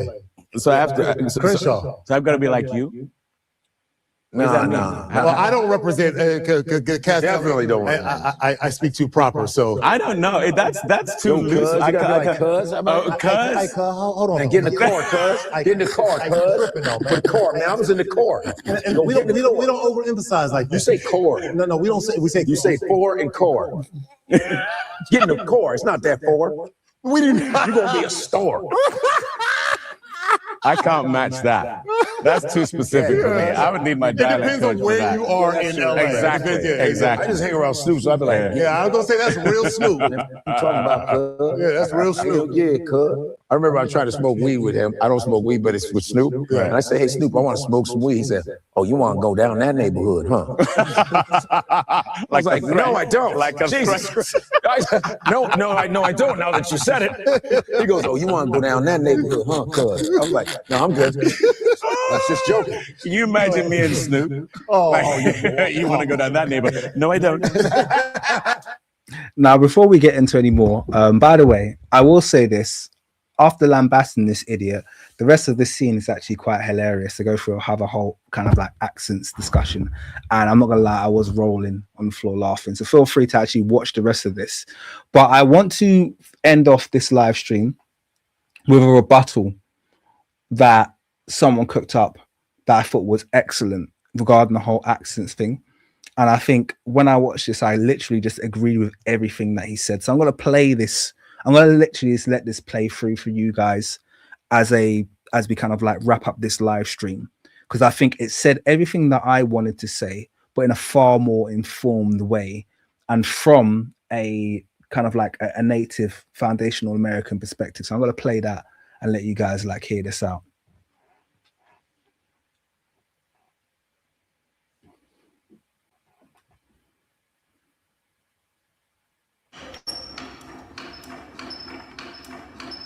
Igor is the coach, so he bought a .coach domain name with Squarespace, so you can book him and call him coach. I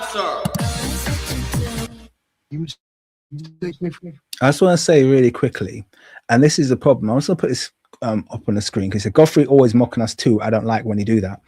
And the thing is, this is the issue, because Godfrey is about that life, and you won't hear me say anything negative about him. He stands on business. He's raised as a Black American. He respects the Black American community. He also respects his own kind of like ethnic group that he belongs to. I've got nothing but positive things to say about Godfrey. But this is the problem when you platform people like this who say negative stuff, or say stupid things, I should say, and you don't check them. It brings your reputation into disrepute. That's the issue that he's facing here. That's why I'm saying, like, sometimes you're better off either challenging people when you know they're saying something that is blatantly false, or just not platforming them in the first place. It's the same issue we ran into with the whole Bassem Youssef incident. But anyway, I'm gonna let this play out. For some kind of cowardly deserter? No, sir. You Master Reeves, the one too. If you take the Nigerian accent like this and you slow it down, you put a lot of slavery in there. Facts. And then you start to put a little bit of subservience in it. This is what starts to happen to the Nigerian accent. Man. Peace. One of my favorite historical figures is Lawman Bass Reeves. And that's not coming from somebody who's all hat, no cattle. I come from a long line of Gullah Geechee cowboys. Brother, daddy, granddaddy, cattle, steeds, farm animals, gardening, the whole nine. So imagine my delight when I found out that Lawman Bass Reeves was going to be turned into a TV show. I had an idea of who I envisioned playing Bass Reeves, and that wasn't David Oyelowo, but you know what? He's a great actor. Wasn't tripping. Even when I heard his Bass Reeves accent, it wasn't like given authenticity like I had hoped it would, but hey, it is what it is. Until I got tagged in the post at the beginning of this video. Because rather than drawing from Bass Reeves' known multi-dialectal lexicon, where Bass Reeves drew not only from his own African heritage languages, but he also drew from the local white Southern accents that were informed by British, Scottish, Irish. Bass Reeves figured out how to absorb all of those accents, including learning the languages of some local indigenous people. And that helped to make him a masterful lawman who would put on disguises, use different accents and different voices in order to capture fugitives. And I knew that, not only as someone who's a Black Southerner myself, but also as a sociolinguist, dialect and accent coach for film, television, and theater. Instead of any of those factors going into how David came up with his slave accent, he described it as simply taking the Nigerian accent, slowing it down. Put a little bit of subservience in it. Subservience. That is the active ingredient that David believes helped him perfect the Black Southern accent. Can't figure how the general didn't find you sweet like honey. Subservience. Never mind the fact that our enslaved ancestors who were transported from Africa in chains were stolen from various parts of Africa, mainly West Africa. Only 15% of whom in the Carolinas came from Nigeria. So there's actual accent variety coming from the motherland. But none of that was the active ingredient that went into you perfecting the slave accent. It was slow subservience. That you can speed it up and become Nigerian again to represent freedom. If you're down here and you start to speed it up, and then you start to take all the thing out of it, then before you know it, you're talking like this. Now we are free again. Now we are free. We are released. Hey! The Nigerian accent represents emancipation, freedom, we free again, as opposed to the Black American slave accent. You know, the irony of this level of ignorance is that this is coming from people who really boost up and uphold colonial speech, such as Shakespearean English, as the pinnacle of perfecting the language of status and class. Having a command of that received English is showing a sense of power, yet that accent is totally fake. That's right. The received English that we associate with Shakespeare, that's not what the people of Shakespeare's time actually spoke like. That's an artistic interpretation, a device used by posh folk to separate themselves from the common folk. My name is And also, just to make a very, very quick note, since I saw Wesker jump into the chat, so I know me and Wesker do a lot of research here. Received pronunciation was a way to hide in the European, obviously British or English being the case here, to hide its African origins. See, a lot of you don't realize that the Indo-European languages borrowed extensively from the African continent, west and east, and this is provable. I can read out a list of 30 words in English and French language that were taken directly from Yoruba alone. 30 words. I could give you a list of like loads. So this isn't a small thing, okay? These languages have been borrowing from these Western European languages have been borrowing from the African continent and diffusing words from the African continent for centuries. And they received pronunciation was one of the methods they used to hide that relationship. So they changed the way they pronounce words. So if you talk to any linguist, they'll tell you that the way words were pronounced before received pronunciation was a lot more. They will never say this, but as an African, I'll tell you, was a lot more African. Okay, there was no kind of extended pronunciation of the I. A word like time would have been pronounced time. A word like white would have been pronounced wite. And you guys can hear already that sounding more like words on the African continent. So received pronunciation, which also introduced kind of silent letters and hidden sounds, all of this to relate unrelated words to one another, to hide the etymological origin of these words being on the African continent. A lot of this is being hidden, but thankfully we're doing a lot of research that's going to uncover a lot of these truths to people. But yeah, just thought I'd throw in that side note since he was given such a good breakdown. pious Marcius, who hath done to thee particularly, and to all the Volskis, great hurt and miss. And Smelly, by the way, to be clear, of course you don't know because you haven't done the research. Yeah, that's why you don't know. So if you don't know, rather than telling me you don't know, ask the appropriate questions and get the appropriate answers. But don't try and tell me that you don't know, like you know something that I need to be learning from you because you haven't done the research. Clear? Thereto witness may my surname, Coriolanus. So it's ironic that someone who thinks that perfecting this posh, pretentious, pompous manner of speech doesn't see that as a subservient accent for a black man whose people was brought to that land in chains. Or maybe they were not. And that might be the difference.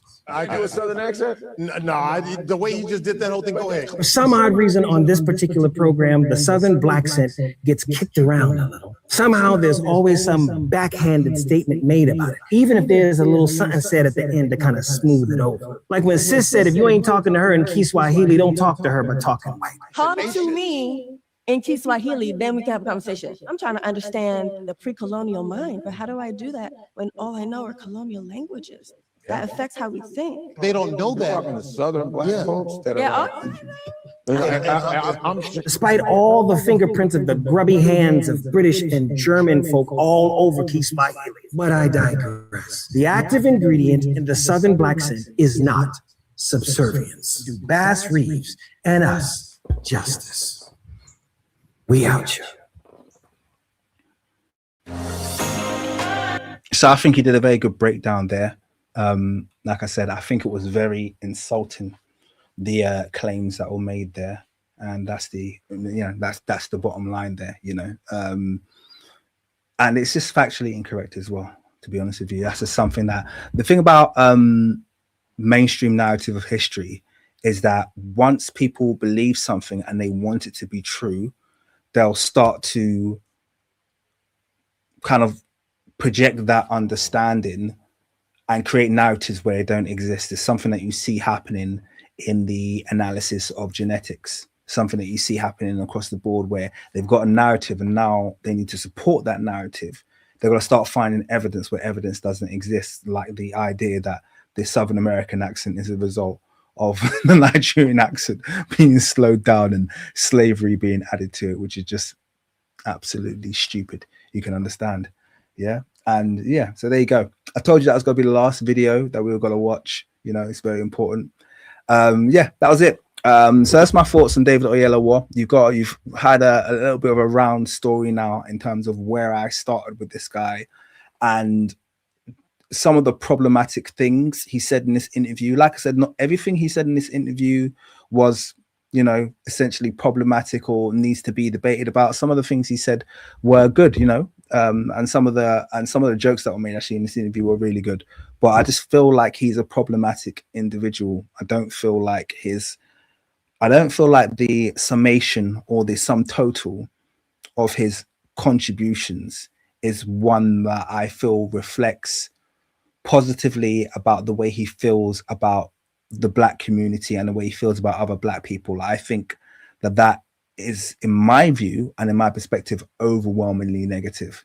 And that's the way that I'm going to feel about that. So yeah, shout out to all of you for joining the stream. Thank you very much, guys. I hope you've had a good time. I've had a good time myself. Yeah, obviously shout out to all of you for taking the time. And Smelly, it doesn't matter if you're being malicious or not. Don't say things like, I don't know about this. Like, do the research or just keep it to yourself. You know, don't be too familiar. You know, it's all good. You know what I mean? Like, people sometimes get too familiar on this stuff. It's kind of like, no, if you're going to do something or make a rebuttal, then you have to do that. I expect you to do that with care and due diligence. Yeah. Don't come and undermine the work that I pour myself into and expect me to have a back and forth laugh with you. I'm not going to laugh with you about that. I don't find it funny. It's actually incredibly disrespectful. So you just need to check yourself with that. Yeah, because you're being too familiar. We don't know each other like that. Okay. Anyway, the rest of you guys, thank you very, very much for joining the stream. You know, it's all love. Hope you've enjoyed it. And I'll see you on the next one. Peace.